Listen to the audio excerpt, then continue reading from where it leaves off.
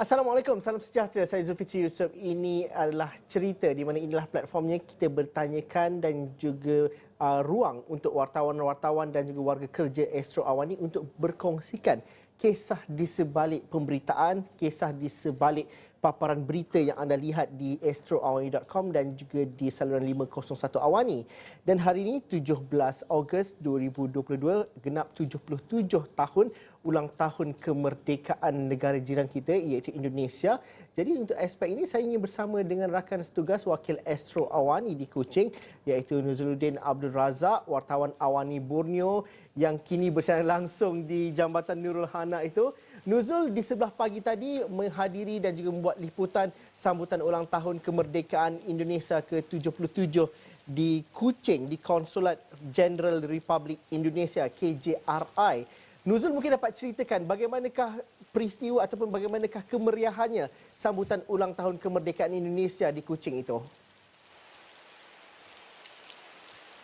Ya betul Zul, pagi tadi seawal jam 7 pagi sebenarnya saya dah turun daripada rumah, daripada ofis, ambil barang peralatan semua kameraman, jemput kameraman, kita pergi sama-sama ke Konsulat Jenderal Republik Indonesia di Kuching ini untuk menyaksikan bagaimana sambutan perayaan hari ulang tahun ke-77 kemerdekaan Republik Indonesia yang diadakan hari ini 17 Ogos. Tepatnya hari ini juga adalah hari yang sangat bermakna buat saya secara personalnya. Hari ini adalah tarikh lahir kepada ayah saya 17 Ogos.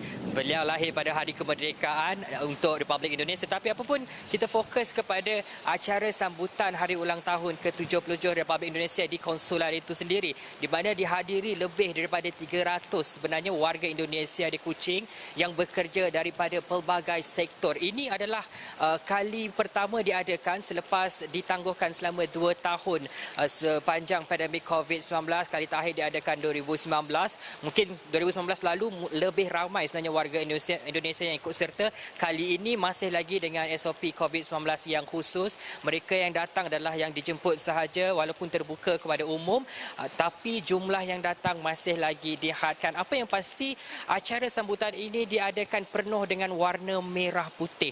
Bendera rasmi Republik Indonesia itu melambangkan semangat bagaimana rakyat Indonesia itu meraihkan hari kemerdekaan mereka ke-77.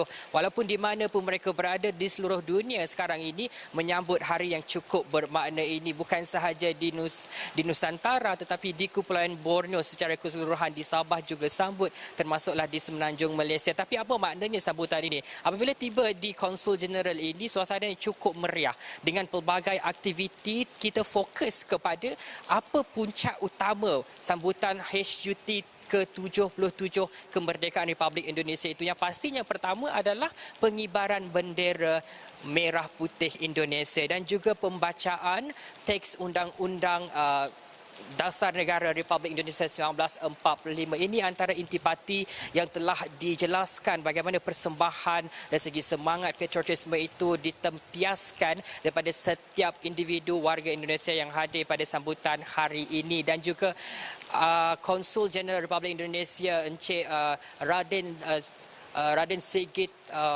Raden itu sendiri telah memberikan ucapan rasminya berkenaan bagaimana acara seperti ini memberikan makna yang cukup mendalam kepada warga Indonesia dalam masa menempuhi pandemik COVID-19, dan ini adalah fasa peralihan ke fasa endemik. Kerajaan Indonesia khasnya di Kalimantan dan Sarawak memainkan peranan yang cukup penting. Antaranya semasa sidang media tadi kita bertanyakan beberapa soalan, apa aspirasi dan juga motivasi pembangunan yang ingin dilaksanakan oleh kerajaan Indonesia di Kalimantan dan juga bersama dengan kerajaan Malaysia khasnya di Sarawak ini, dengan perkongsian sempadan lebih daripada 2,000 kilometer ini. Pastinya ini akan memberikan peluang yang cukup luas kepada Sarawak dan juga Kalimantan dalam memanfaatkan tenaga dan juga kapasiti ekonomi yang dapat dibangunkan oleh kedua-dua wilayah ini. Apapun pergerakan yang cukup jelas pada tahun-tahun yang lalu bagaimana kerajaan Indonesia sendiri memilih untuk memindahkan ibu kota mereka daripada Jakarta ke Kalimantan Kalimantan Timur yang dinamakan Nusantara sekarang ini yang sedang dibangunkan, ini pastinya merupakan salah satu agenda ataupun pergerakan yang sangat signifikan bagi negara Indonesia untuk mencapai tahap ekonomi yang lebih maju dalam tempoh 5 ke 10 tahun akan datang, sesuai sebenarnya dengan tema yang dilaksanakan pada hari ulang tahun ke-77 ini, iaitu bangkit dengan lebih kuat, pulih dengan lebih cepat. Ini aspirasi yang dilaksanakan di peringkat nasional sempena dengan sambutan kemerdekaan kali ke-77 ini. Dan semasa saya menghadiri upacara tersebut, bukan saja saya dapat merasakan bagaimana semangat mereka, tetapi budaya dan juga suasana itu sendiri membuatkan saya terfikir dan juga berfikir adakah ini di Indonesia sebenarnya, dengan pakaian tradisional, dengan lagu-lagu nyanyian kebangsaan mereka dan juga nyanyian-nyanyian tradisional. Bahkan tadi lebih daripada 25 orang pelajar daripada Community Learning Center ataupun CLC yang dilaksanakan di seluruh negeri ini untuk mendidik anak-anak pekerja Indonesia yang bekerja di kilang-kilang, di ladang-ladang sawit. Mereka turun untuk melakukan persembahan dengan alat muzik tradisional angklung mereka, itu dibawakan khas daripada Indonesia melalui Sebarang Kalimantan, untuk kita sama-sama melihat bagaimana suasana sambutan Hari Kemerdekaan ini, bagaimana besarnya maknanya buat mereka. Kerana kita tahu dalam tempoh pandemik COVID-19 yang lalu,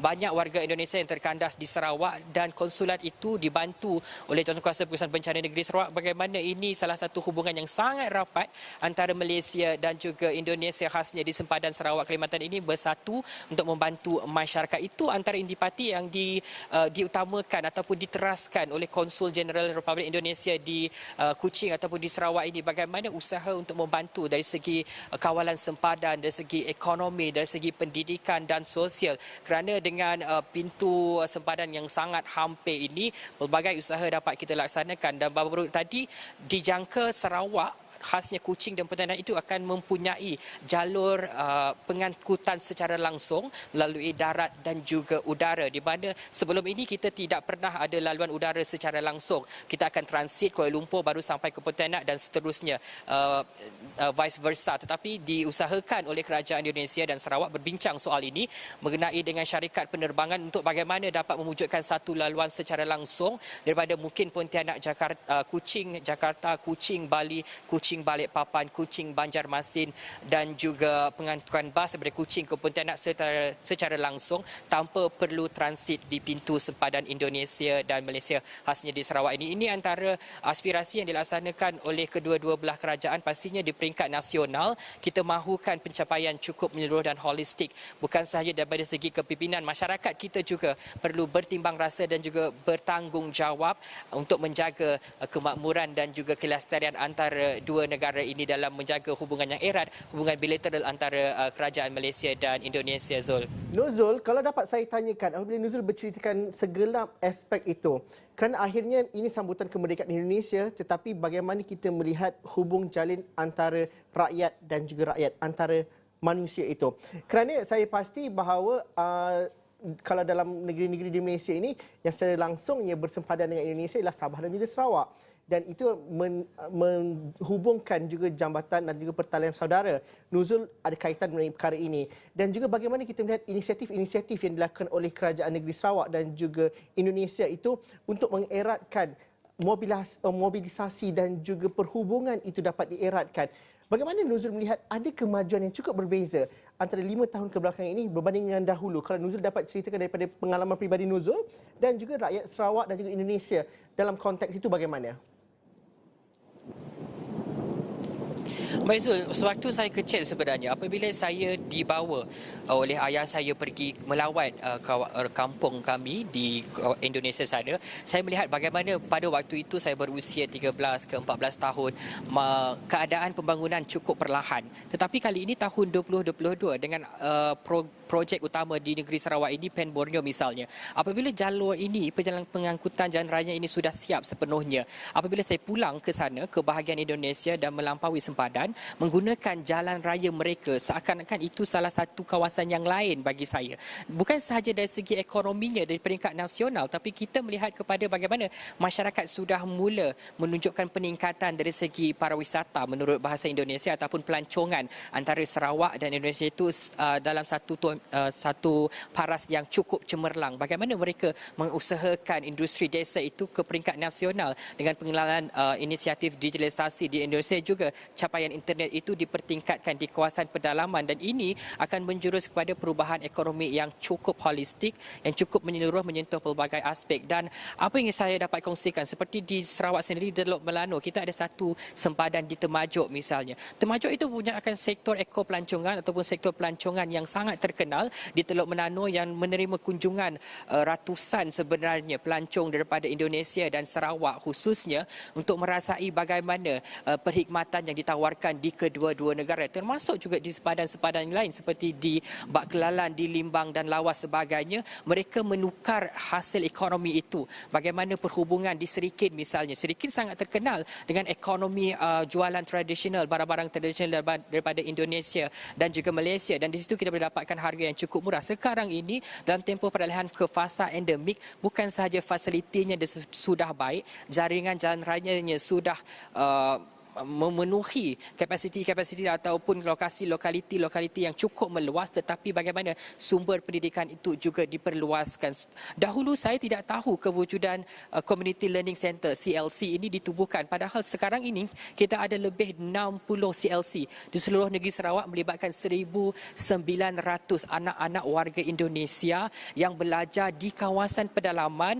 Rumahnya ataupun bilik darjahnya disediakan oleh syarikat itu tersendiri. Ini sebenarnya usaha yang patut kita berikan tumpuan, bagaimana Indonesia khasnya di Kalimantan itu dan Sarawak bekerjasama untuk memberikan pendidikan yang sama rata untuk mereka agar mereka ini tidak ketinggalan. Kerana kita tahu aspirasi kita pada masa hadapan untuk melahirkan pemimpin yang berpendidikan, pemimpin yang berintegriti dan juga sebagainya bagi memimpin kerajaan ini. Dan ini antara usaha yang dilaksanakan, dan contoh-contoh lain sebenarnya banyak dari segi ekspor dan import, khususnya Indonesia sebagai negara yang pengeluar terbesar minyak sawit. Ini antara faktor ekonomi yang boleh kita jadikan sandaran bagaimana usaha antara dua negara ini dapat digerakkan dari struktur ekonomi. Dan pastinya dahulu di kampung saya tidak ada jaringan internet ataupun jaringan jalan raya yang cukup baik, tetapi kerajaan Indonesia sekarang ini membina menggunakan jalan yang lebih sesuai, ada lampu jalannya terang, dapat capaian internet dan sebagainya.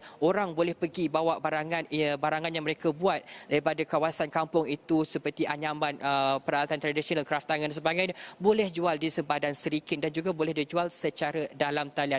Ini antara situasi yang saya dapat lihat bagaimana dalam tempoh 5 tahun ke hadapan dengan siapnya lagi Ibu Kota Nusantara itu akan memberikan perubahan yang cukup luas kepada bukan sahaja masyarakat di Kalimantan dan juga khasnya juga masyarakat di Bumi Kinalang ini, Zul.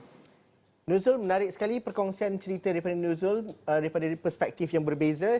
Kita bercerita mengenai sambutan ulang tahun kemerdekaan Indonesia ke-77.